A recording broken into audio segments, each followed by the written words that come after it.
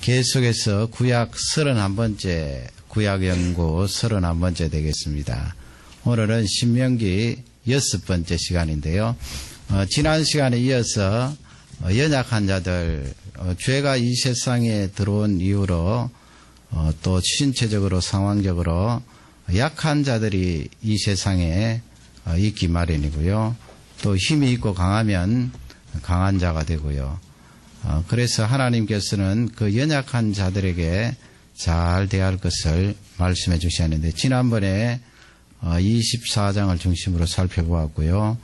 오늘은 계속해서 24장 남은 부분, 또 25장 연약한 자들에 대해서 살펴보기를 원합니다. 첫 번째로 살펴볼 것은 연좌제라 그러죠. 어려운 말입니까? 연좌제. 24장 한번 찾아보세요. 24장 16절에 나와 있습니다. 신명기 24장 16절 말씀 우리 다 같이 한 음성으로 받들겠습니다. 아비는 그 자식들을 인하여 죽임을 당치 않을 것이요 자식들은 그 아비를 인하여 죽임을 당치 않을 것이라. 각 사람은 자기 죄의 죽임을 당할 것이니라. 아멘. 옛날에는 이 인권이 잘 되어 있지 않기 때문에 연좌제가 적용이 되는데, 우리 조선 시대는 1894년도에 폐지가 되었고요. 지금도 연좌제는 아닙니다만은 사형이라든지 그렇게 연결되는 것은 아닙니다만은 아직까지도 조금 남아 있는 데가 있어요. 이런 군의 이 장교 같은 경우는 또 조금 적용이 되고요. 또 선거법에 있어서 남편이 출마했는데 아내가 잘못하면 그게 이제 무효가 되는 그런 게 조금 남아있긴 남아있는데, 옛날하고는 전혀 다르지요. 옛날에는 어떻게 했습니까?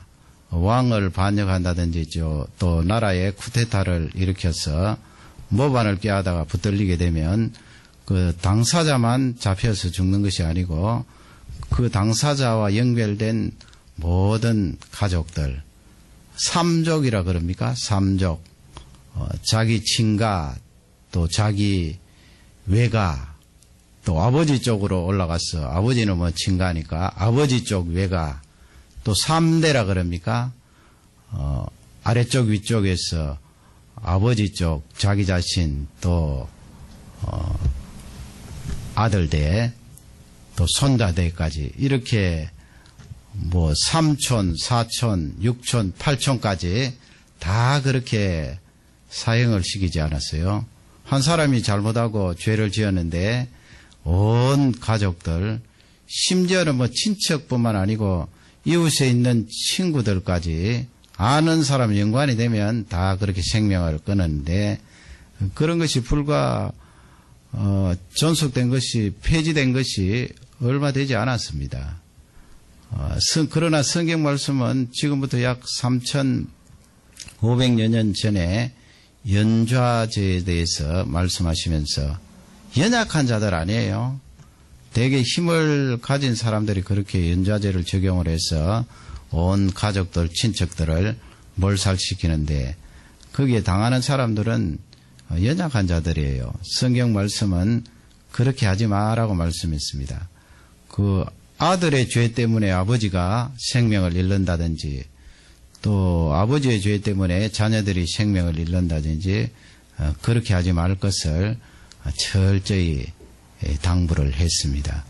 연좌제에 대해서 연약한 자들을 그렇게 생명을 함부로 해치지 마라 말씀을 했고요.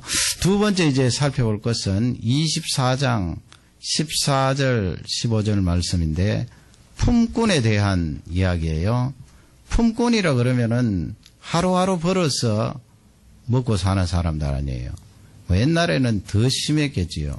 당장 아빠가 바깥에 나가서 일을 하는데 그 품삯을 받지 않으면 먹을 것이 없잖아요. 그러니 하나님께서 그 품꾼들을 일을 시키고 노임을 제때 주도록 해라 해서 each day 그렇게 되어 있습니다. 그 일한 그날 before sunset 해서 해가 지기 전에 반드시 그 일한 대가를 그 노동자에게 주도록 그렇게 말씀했는데 하나님께서 얼마나 구체적으로 연약한 자들을 생각하셨나 하는 것을 알 수가 있습니다. 14절 말씀을 다 같이 읽도록 하겠습니다. 곤궁하고 비난한 품꾼은 너의 형제든지 내 땅 성문 안에 우거하는 객이든지 그를 학대하지 말며 그렇게 되어 있고요.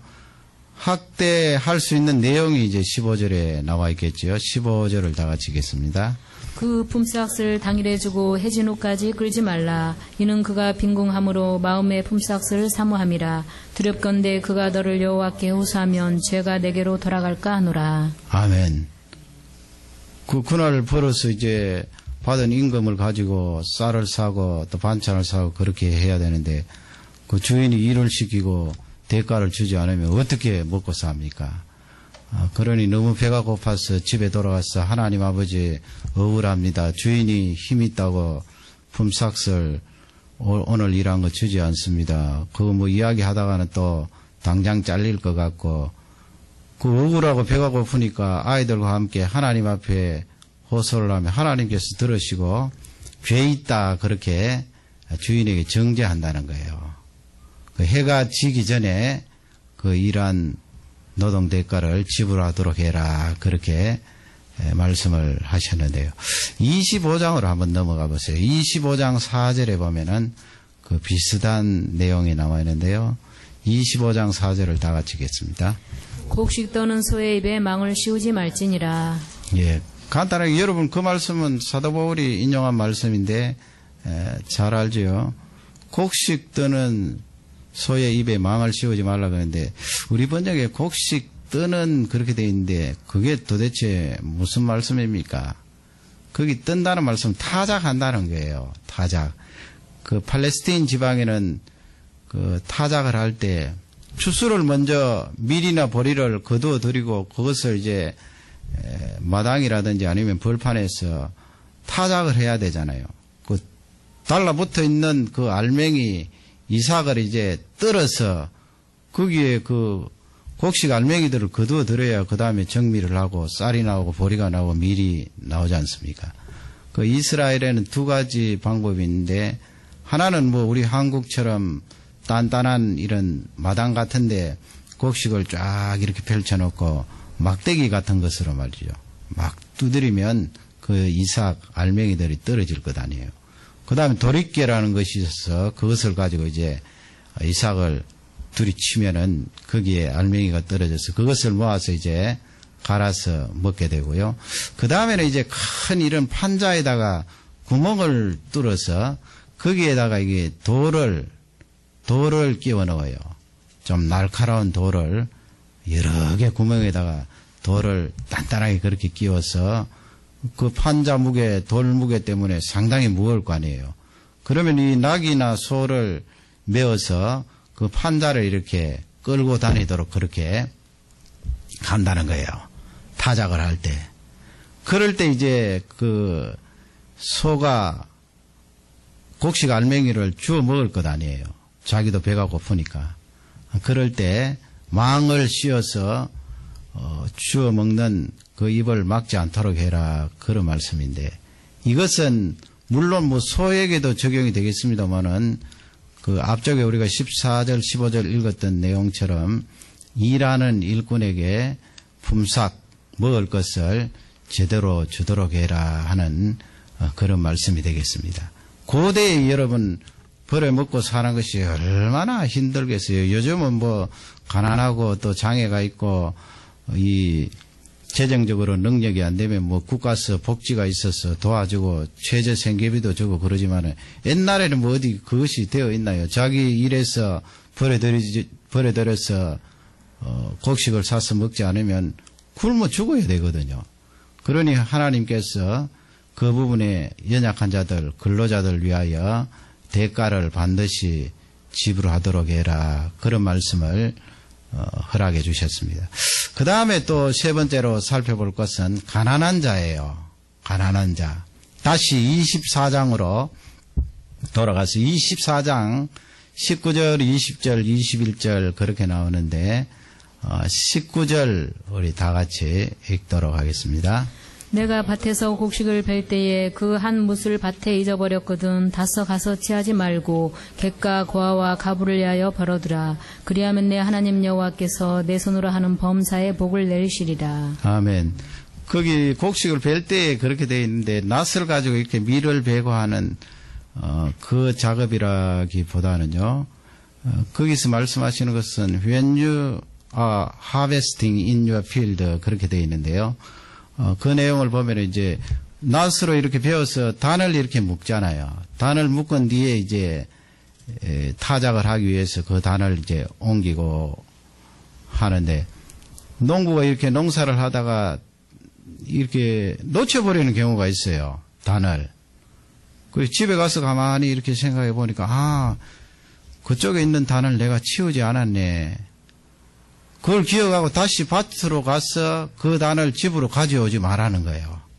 그 누가 그냥 못 보고 놓쳐버린 것은 들판에 그대로 두라는 거예요. 왜 그렇게 하셨습니까? 가난한 자들이 거기에 가서 그 단을 가져다가 먹을 수 있도록 그렇게 하라는 것입니다. 하나님 그렇게 말씀하셨어요. 레위기 19장 말씀해 보면은 더 구체적으로 그때는 낫을 가지고 어떻게 합니까? 밀을 막 이렇게 베는데 보리를 베고 하는데 일부러 밭 내 모퉁이에다가 밀이라든지 보리를 남겨두라고 그랬어요. 그러면 가난한 자들이 나중에 와서 낫을 가지고 그 남겨둔 보리나 밀을 베어다가 자기의 식량을 삼을 수 있도록 그렇게 하셨고 지금 19절 말씀은 그냥 네가 놓친 것은 다시 가서 가져오지 않도록 해라. 그 우리 시골에 살았는데 이 이삭 줍는 거 많이 봤거든요. 많이 봤는데 대개는 보면은 아주 이 주인이 깔끔하게 하나도 남김없이 자기가 농사 지었으니까 얼마나 아까워요. 그러니까 그렇게 하는데 성경 말씀은 좀 그냥 질질 흘려두어서 가난한 사람이 와서 그것을 주어서 먹도록 해라. 그런 말씀을 주셨습니다. 저는 이런 내용을 보면서 이 교회가 말이죠. 우리가 뭐 크지 않은 교회니까 그런 말씀을 또 쉽게 할 수 있는지 모르겠습니다만 우리 교회도 역시 커지면 그러겠죠. 사실은 교회가 커지고 성도들이 많아지면 행정적으로는 좀 느슨하고 허술한 면이 있어야 돼요. 그리고 교회가 작을 때는 또 행정적으로 깔끔하고 아주 세밀하게 그렇게 해야 되고요. 왜냐하면 부흥을 위해서 또 영혼을 더 아끼고 사랑하면서 그 영혼들을 돌보고 그렇게 세밀하게 해야 되는데 큰 교회가 말이죠. 허술한 구멍도 없이 계속해서 행정적으로도 빈틈없이 그렇게 해버리면 그건 성경적으로 좀 뭔가 이상이 있는 거예요. 물론 큰 교회라고 영혼들을 대충 대하고 함부로 대하라는 말씀은 아니고요. 뭐 어떤 경우는 이 멀리 있는 사람도 교회에 출석시키기 위해서 차량을 막 계속해서 준비를 해서 몇 시간 되는 거리에도 차량을 보내어서 그렇게 성도들을 태워서 오고 그렇게 하는데 사실은 성경적으로 보면은 좀 이 성도들도 작은 교회라든지 갈 수 있도록 그렇게 여유롭게 해야 돼요. 너무 내 성도라고 막 끌고 모으는 식으로 그렇게 하는 것은 성경적인 맥락으로 봐서는 바람직하지는 않아요. 우리도 역시 뭐 커지고 또 많은 사람들이 오면은 그럴 수 있겠지만은 성경적인 입장으로 돌아가면 그렇지 않다는 것입니다. 그렇지 않습니까, 여러분? 경제적으로 힘들고 어려운 사람들에게도 그렇지만은 연약한 교회들이 많이 있잖아요. 뭐 이런 이야기 해도 될는지 모르겠습니다만 옛날에 한국에 있을 때 개척교회 하는 어느 목사님이 스스로 생명을 끊고 물론 뭐 그분이 목회하시면서 그렇게 한 것은 큰 잘못이고 하나님 앞에 죄지만은 그거 우리가 생각해 볼 기도 제목이잖아요. 어떻게 그렇게 수년 동안 목회를 하면서 개척교회 하면서 너무너무 성도들은 안 오고 생활을 어렵게 하니까 그렇게 한 거예요. 그러니 이 경제적인 것뿐만 아니고 우리의 영역에 있어서 이런 부분 하나님께서 가르쳐 주신 이런 원리들을 적용할 필요가 있고요. 20절 말씀에 가면은 감람나무가 나오는데 감람 열매가 되겠죠. 우리 20절을 다 같이 읽겠습니다. 내가 내 감람나무를 떤 후에 그 가지를 다시 살피지 말고 그 남은 것은 객과 고아와 가부를 위하여 버려두며. 예, 감람나무 저번에 제가 사진을 한번 보여드렸는데 그 열매가 이뻐요. 그 어떻게 따는가 하면은 나무를 쾅쾅 그렇게 때려서 열매를 따는 수도 있고요. 아니면 긴 장대를 가지고 그 나무 가지를 톡톡 쳐서 그렇게 감람 열매를 따게 되는데, 여기서 주시는 말씀도 역시 다 따지 말라는 거예요. 좀 남겨두어야 가난한 사람이 그것을 따서 기름으로 쓰고 또 식용으로도 쓰고 할 텐데, 가난한 사람들을 위하여서 저 꼭대기 위에까지 장대를 바들바들 떨면서 일일이 다 따지 말고 남겨두라는 거예요. 가난한 사람들이 먹도록. 21절에 보면은 포도가 나와도 21절 다 같이 읽겠습니다. 내가 내 포도원의 포도를 딴 후에 그 남은 것을 다시 따지 말고 객과 고아와 가부를 위하여 버려두라. 아멘. 이제 거기 말씀 물론 뭐 레위기 19장 말씀으로 적용하면 이제 일부러 농부가 포도 열매를 따면서 남겨두는 그런 경우도 있고요. 그 다음에 또 이 주인도 다 따먹고 또 가난한 사람도 와서 남겨준 것을 또 따먹고 그렇게 한 7월, 8월, 9월 이렇게 지나가는데 늦게 열리는 포도 열매가 있어요. 그런 게 있다고요, 과일도. 그러면 그런 것은 주인이 따지 말도록 했어요. 늦게 열린 것은 너희들이 주인이 농사를 지어서 첫 번째 따내는 그것으로 만족하고 나머지 늦게 열리는 것은 가난한 사람들이 들어와서 먹도록 하라. 그렇게 하나님께서 말씀을 하신 거예요. 하나님께서 이 가난한 자들을 이렇게 배려하시고 긍휼을 베풀게 하신 이유가 18절 말씀, 22절 말씀에 있어요. 우리 18절 말씀을 먼저 읽겠습니다. 너는 애굽에서 종이 되었던 일과 내 하나님 여호와께서 너를 거기서 속량하신 것을 기억하라. 이러므로 내가 내게 이 일을 행하라 명하노라. 기억하라 돼 있죠. 22절도 다 같이 읽겠습니다. 너는 애굽 땅에서 종 되었던 것을 기억하라. 이러므로 내가 내게 이 일을 행하라 명하노라. 기억하라. 앞쪽의 말씀도 계속 반복해서 객과 고아와 과부 그렇게 돼 있잖아요. 집이 없는 사람들이에요. 물론 뭐 과부는 집이 있겠지만 객은 뭐 타국인들, 나그네들, 고아는 아버지 없는 아이들, 부모 없는 아이들, 집이 없잖아요. 과부, 연약한 자들. 그런 자들을 위해서 하나님께서 긍휼을 베풀라고 말씀하시면서 그 이유는 기억을 하라는 거예요. 이스라엘 백성들에게. 너희들이 옛날에 이집트 땅에서 400년 동안 종살이하고 나그네 생활하고 타국인 생활하지 않았느냐. 그때를 생각하고 가난하고 약한 자들을 기억하라. 이 말씀이 되겠습니다. 그러므로 여러분 우리가 기억하는 것, 생각하는 것은 바로 감사하는 거예요. 감사하는 것이나 생각하는 것이나 동일 맥락의 말씀이에요. 우리가 가만히 생각해 보세요.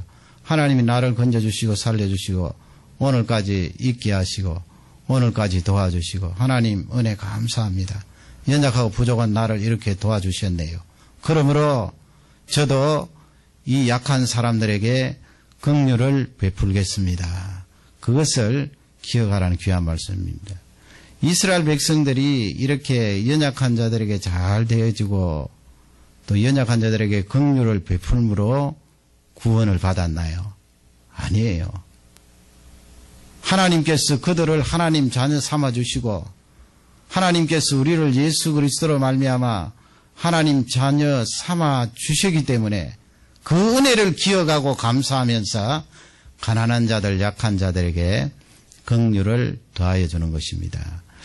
그러면 이제 마지막으로 살펴볼 것은 25장 17절에서 19절 보면 아말렉이라는 사람들이 등장을 하는데요. 성경 우리 잘 알지 않습니까? 아말렉이 누구인지. 우리 25장 17절을 다 같이 읽도록 하겠습니다. 너희가 애굽에서 나오는 길에 아말렉이 내게 행한 일을 기억하라. 아말렉이 나오죠. 아말렉을 기억하라 그랬는데 이 아말렉은 에스 있잖아요. 야곱의 두 아들이 있는데 하나는 에스, 하나는 야곱이고 야곱 쪽은 하나님께서 선택하셔서 하나님 백성으로 삼으셨고 이 에스는 불신 가문, 불신 족속이 되었지요. 그래서 에스가 아들들을 낳고 그 아들들이 또 아들들을 낳아서 에스의 손자들 가운데 아말렉이라는 손자가 있어요. 그 후손들이 이제 가나안 땅 그 남쪽으로 살게 되었는데 그 족속들이 바로 아말렉 족속인데 이 족속이 이스라엘 백성들이 광야 생활할 때 어떻게 했는가 하면 초기 광야 생활이에요. 에집트 땅에서 빠져나온 지 얼마 되지 않는 그 시기에 18절 말씀에 보면 기록되어 있습니다. 다 같이 18절을 읽겠습니다. 곧 그들이 하나님을 두려워하지 아니하고 너를 길에서 만나 너의 피곤함을 타서 내 뒤에 떨어진 약한 자들을 쳤느니라. 아멘. 이게 출애굽기 17장에 나와 있는 말씀들을 지금 모세가 다시 이야기를 하는데요. 이 아말렉 족속들은 이스라엘 백성들을 치는데 어떻게 치는가 하면 뒷부분을 쳐요. 뒷부분을. 후방을. 그 후방 치는 것이 무엇이 잘못되었는가. 전쟁을 하면 앞에서 칠 수도 있고 뒤에서 칠 수도 있고 옆에서 칠 수도 있는데 그것을 하나님께서 왜 말씀하시는가. 이 뒤쪽에 이스라엘 백성들이 광야를 진행하면 뒤쪽에 힘없는 자들이 다 쳐지잖아요. 우리가 뭐 조그만한 산에 등산을 해도 힘없는 사람이 뒤쪽에 자꾸 쳐지는데 말이죠. 그 이스라엘 백성들도 마찬가지예요. 200만 명 이상이 광야를 진행하는데 병든 자, 어린아이들, 노약자들, 여자들, 힘없는 사람이 대열 뒤쪽으로 쫙 쳐져서 겨우 땀을 흘리면서 그렇게 따라가는데 이 아말렉 족속들이 얼마나 지독한지 그러잖아요. 싸우려면은 정면 아니면 측면에서 전쟁할 만한 군사 들고 싸워야 되는데 뒤쪽에 힘없고 나약한 어린이들, 병든 자들, 노인들, 여인들 처져 있는 그 연약한 자들을 공격을 했어요. 그러니 하나님께서 보시기에 얼마나 이 족속들을 싫어했을까요? 그래서 하나님께서 거기 19절 말씀에 보면 우리 19절을 다 같이 읽겠습니다. 그러므로 내 하나님 여호와께서 내게 주어 기업을 얻게 하시는 땅에서 내 하나님 여호와께서 너로 사면에 있는 모든 대적을 벗어나게 하시고 내게 안식을 주실 때에 너는 아말렉의 이름을 천하에서 도말할지니라. 너는 잊지 말지니라. 진멸하라고 그랬죠. 나중에 이제 그 명령이 누구에게 떨어집니까? 가나안 땅에 정착하고 나서 오랜 세월이 지나고 나서 사무엘상 15장에 가면 누가 등장합니까? 사울 임금님이 등장하는데 하나님께서 사울 임금님에게 그 아말렉 족속들을 진멸하라고 그랬어요. 거기에 있는 가축까지 다 진멸하라. 그러나 사울왕이 그 역사적 배경이 이렇게 쭉 되어 있는데 사울왕이 하나님의 말씀을 듣지 않고 그 아각이라는 왕을 살려주잖아요. 그리고 거기에 기름진 것 가축들 다 살려주잖아요. 그러니 하나님께서 그 사울왕을 굉장히 싫어하신 거예요. 이런 역사적인 배경이 있기 때문에 그렇습니다. 하나님께서 연약한 자들을 우리 주위에 주신 것은 우리에게 복을 주시기 위해서입니다. 우리가 그들에게 긍휼을 더할 때 하나님의 크신 은혜가 우리에게 임합니다. 여러분 영국의 문호 그 대작가가 남긴 베니스 상인이라는 그런 작품이 있잖아요. 단편이지요. 거기에 보면 안토니오라는 그 사람이 주인공입니까? 그 사람이 이제 친구를 위해서 돈을 빌리는데 유대인 고리업자의 아주 이자를 높게 받는 그런 유대인에게 찾아가잖아요. 아마 당시에 영국에서도 반유대적인 그런 감정이 있었나 봅니다. 그러기에 그런 배경을 깔고 소설을 지었는데, 그러니 이 고리대금업자인 유대인이 담보를